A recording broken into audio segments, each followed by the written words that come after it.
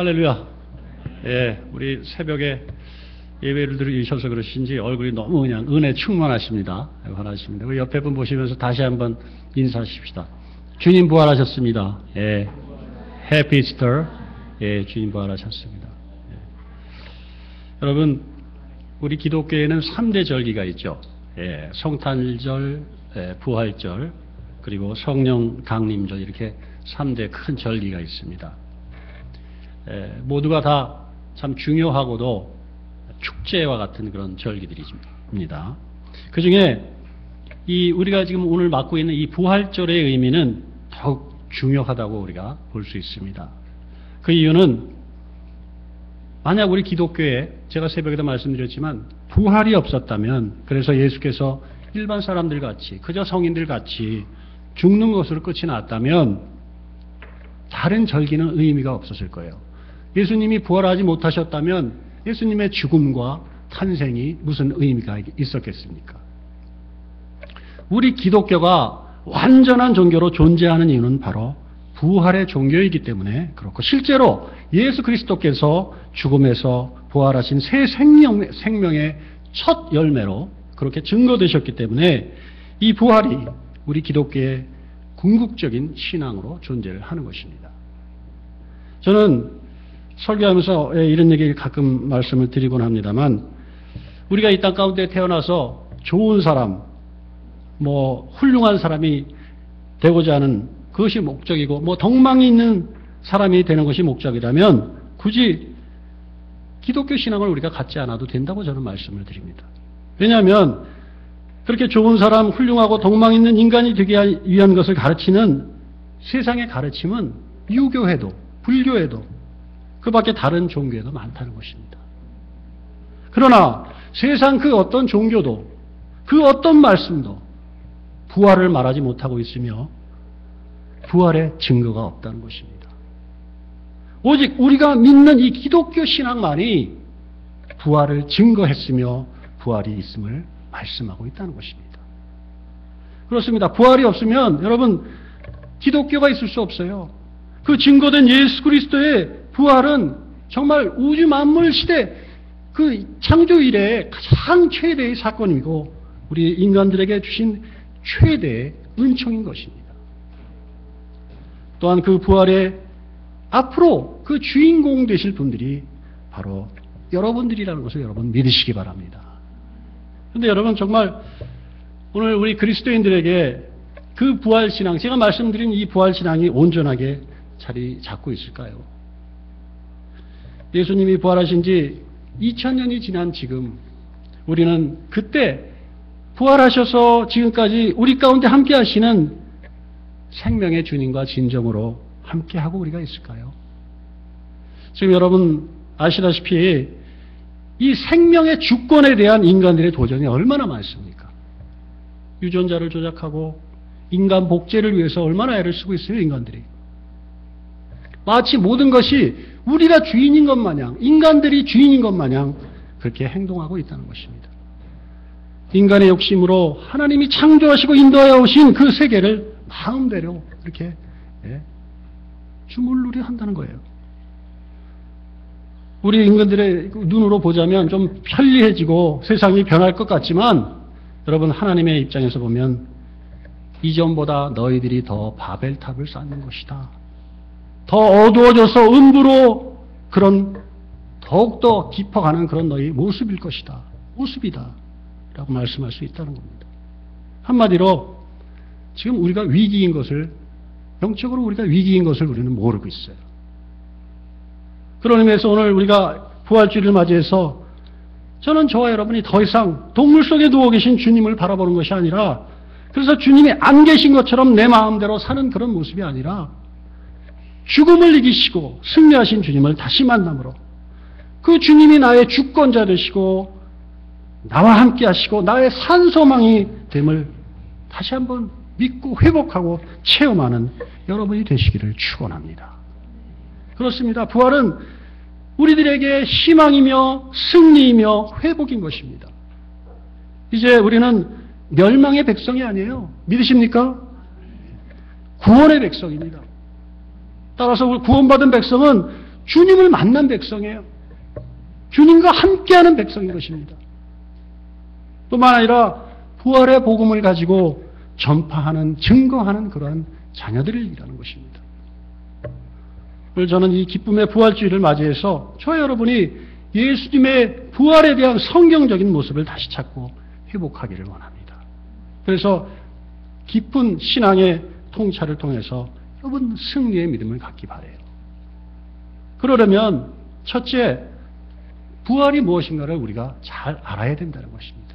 첫째는 부활은 일회성이 아니라는 것을 우리가 깨달아야 합니다.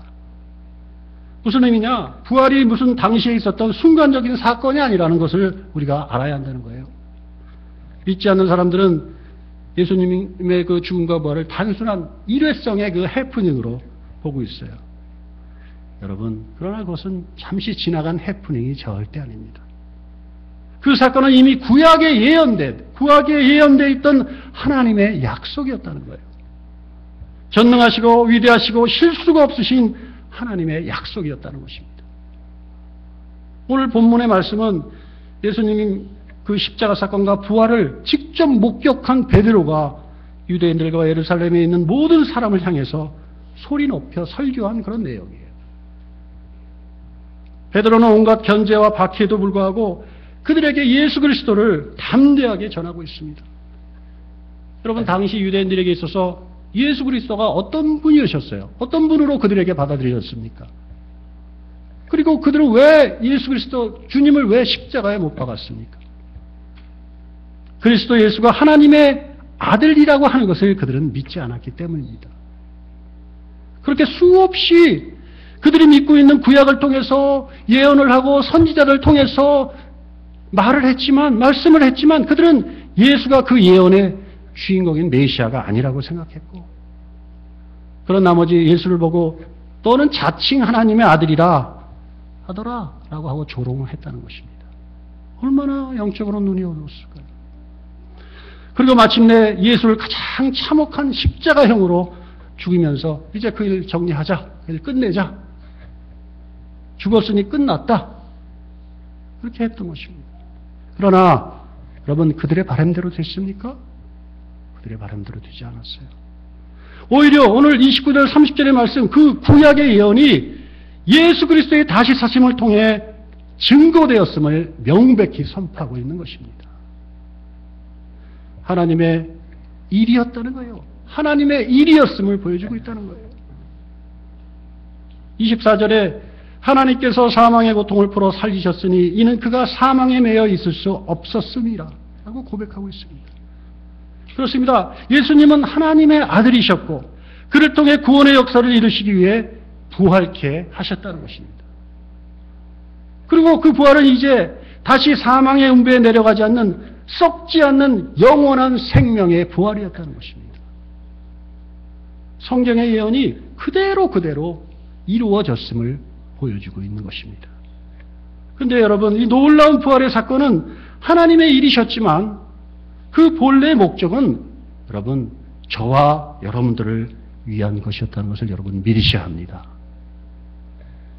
우리들도 동일하게 사망에서 구원하시고 영원한 생명을 주시기 위해서 그 일을 친히 감당하셨다는 것입니다. 그리고 예수님의 부활은 사탄을 향한 하나님의 준엄한 심판이셨습니다. 그 심판기의 승리를 우리에게 선물해 주셨다는 것입니다. 오늘 우리에게 예수님의 부활은 이렇게 예언하신 약속의 선물로, 승리로 우리에게 다가와야 할 줄로 믿습니다. 그리고 더 이상 부활의 능력 앞에 사망은 우리를 지배하지 못할 것입니다. 그런데 여러분, 여기서 우리가 중요하게 생각해야 할 것이 하나 있는데, 그것이 바로 죽음에 대한 우리의 모습입니다. 죽음에 대한 우리의 모습. 부활절이니까 부활만 우리가 이야기하지만 실제로는 이 부활도 죽음을 통해야만 가능한 것임을 우리가 깨달아야 한다는 것입니다. 죽은 자 가운데서 살아나셨다라고 하는 그 죽음이 우리에게도 있어야 한다는 것입니다.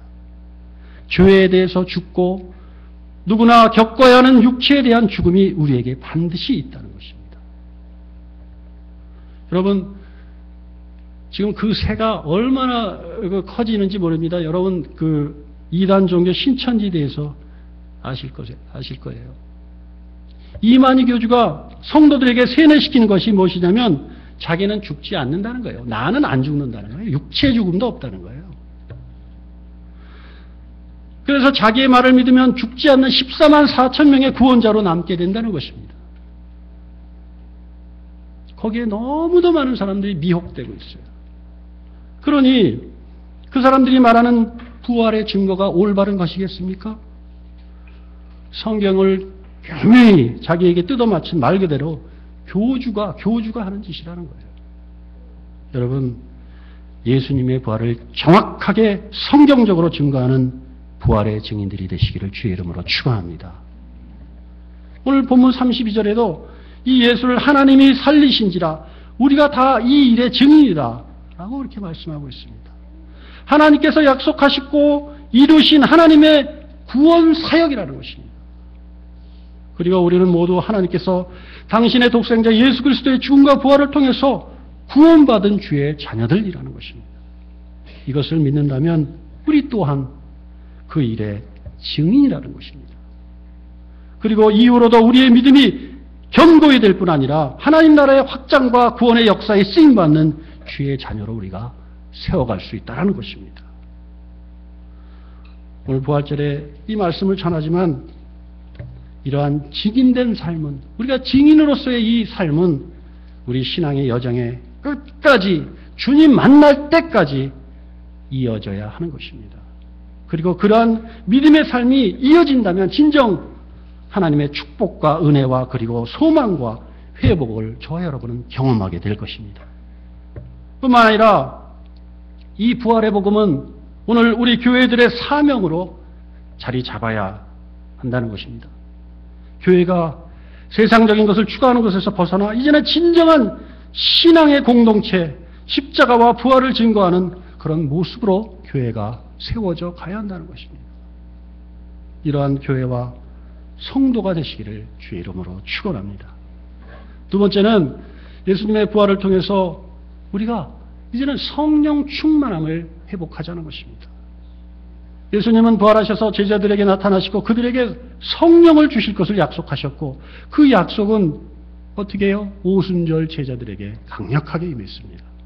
이후로 증인될 삶을 사는 자들에게 그리고 구원의 역사를 체험하는 모든 이들에게 성령께서 함께 하시고 있으며 오늘 우리의 심령 가운데에도 주님께서 영으로 같이 함께 하고 계시는 것입니다. 성령님은 살아계신 주님의 영이기 때문에 우리와 인격적으로 만나실 뿐 아니라 하나님께서 부여하신 모든 은사를 주를 위해 우리가 사용할 수 있도록 통치하시는 분이십니다. 제가 매년 중국에 선교를 갑니다. 작년 겨울에는 단동, 압록강 지역의 단동에 탈북자 선교를 갔다 왔어요. 추워서 얼마나 고생했는지 몰라요. 그 지역이 굉장히 민감하고 위험한 지역입니다. 제가 아는 선교사도 얼마 전에 단동에서 이 사역을 하고 있는데 그냥 북한에서 납치를 해가서 간첩행위로 몰아넣었어요. 여러분 매스컴 보셨는지 모르지만 선교사를 간첩이라고 그래서 지금 죄목을 달아서 재판을 하고 있는 과정입니다. 그런데 제가 매년 갈 때마다 참 안타까운 마음을 갖게 되는 것이 있는데 그 탈북자들, 그곳에 있는 영혼들, 그 탈북자들은 삶이 참 처절해요. 그런데 더 안타까운 것은 예수님을 인격적으로 만나는 것을 볼 때 더 안타까운 마음을 금할 길이 없다는 것입니다. 성경을 통해서 말씀을 통해서 예수님이 누구이신지 그들이 알고는 있어요. 알고는 있지만 그분의 영과 그들이 인격적으로 만나서 온전한 구원의 참 기쁨을 누리는 것이 잘 되지 않는다는 거예요.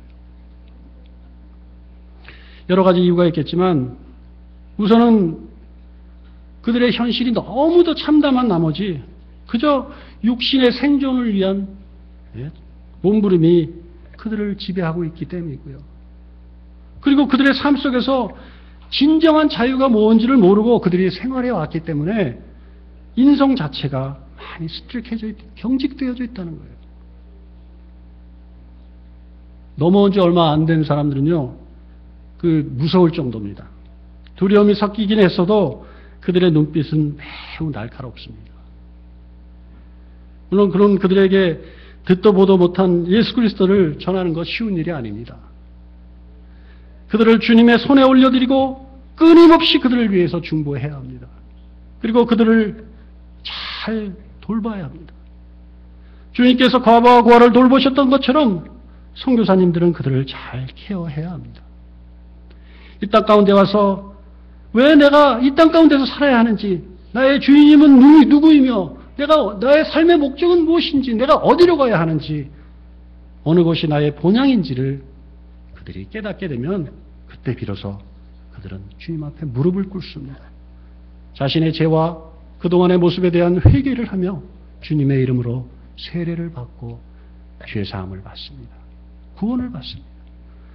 예수님을 인격적으로 만나고 예수님의 살아계심을 경험합니다. 그런 후에 그 변화된 모습은 실로 놀라울 정도입니다. 그 살기등등했던 모습이 아주 평안한 모습으로 변해가요. 그리고 이제 결단합니다.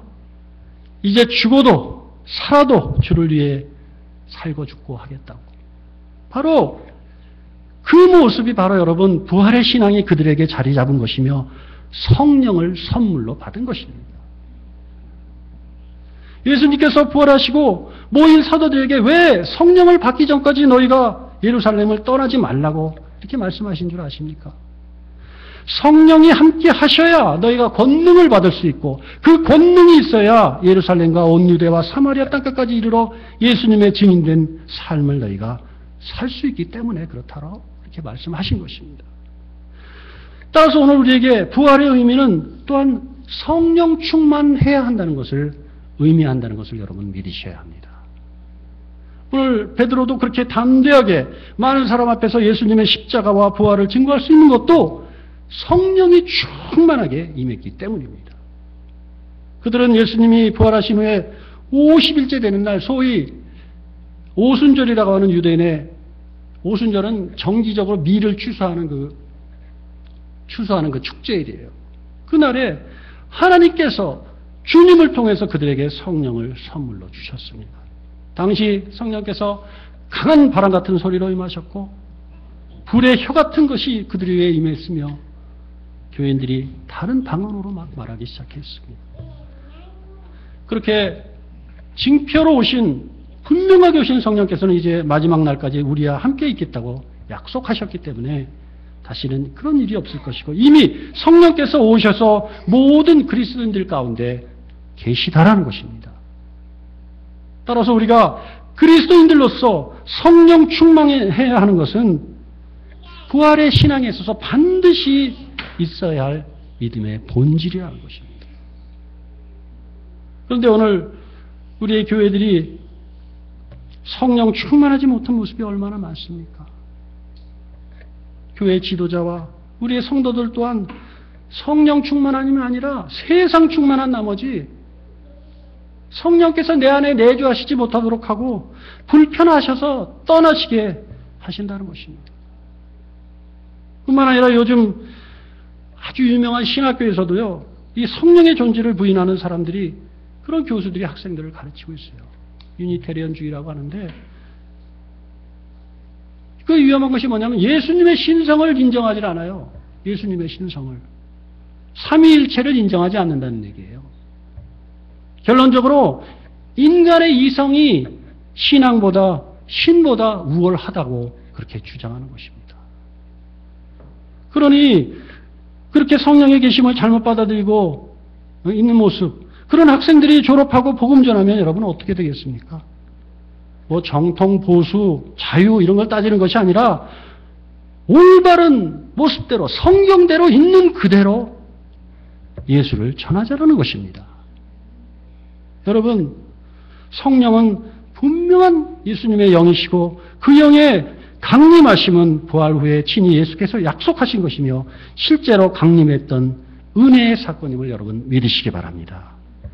여러분, 우리 한신교회도 마찬가지입니다만 우리 크리스천 교회가 중요시하는 것이 성례전이에요. 성례전. 그래서 매주 하는 교회가 있고 또 지교회별로 상황에 맞춰서 성례를 시행하고 있습니다만 그 중요성을 강조하는 건 사실입니다.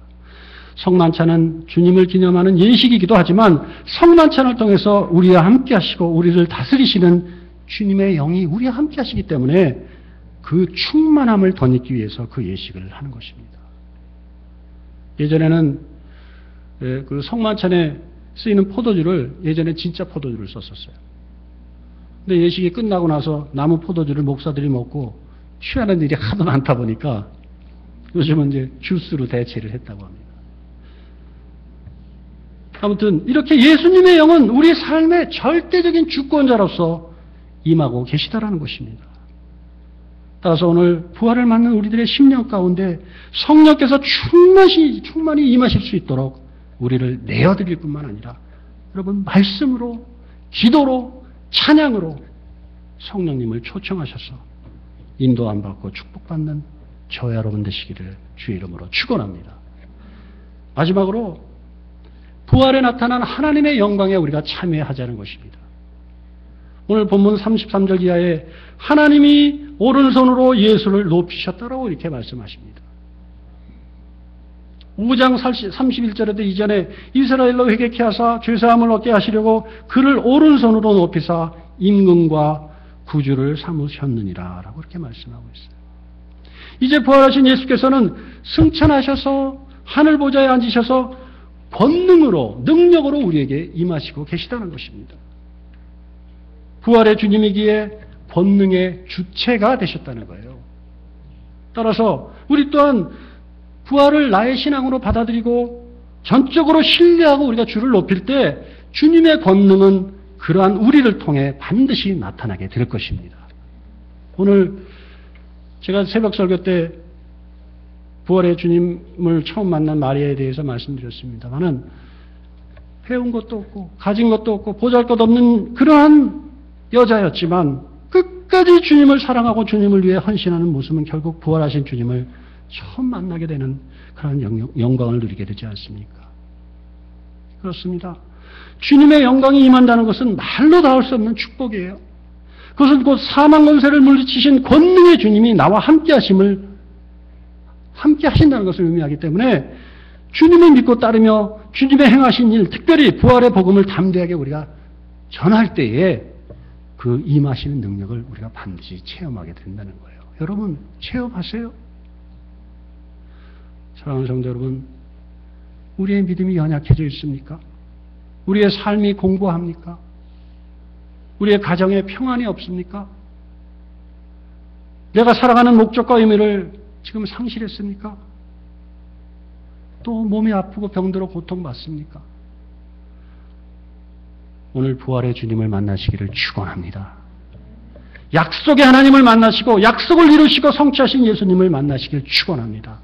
뿐만 아니라 오늘도 이 순간도 우리와 함께 하시는 성령님을 우리 심령 가운데 충만히 모셔드리기를 원합니다.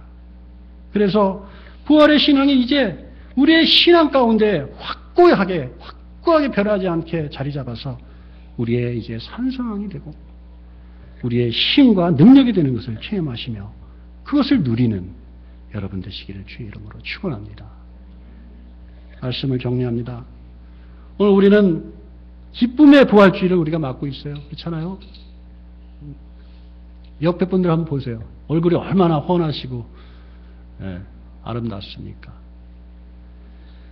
이 시간이 우리에게 남은 인생의 또 다른 출발이 되길 원합니다.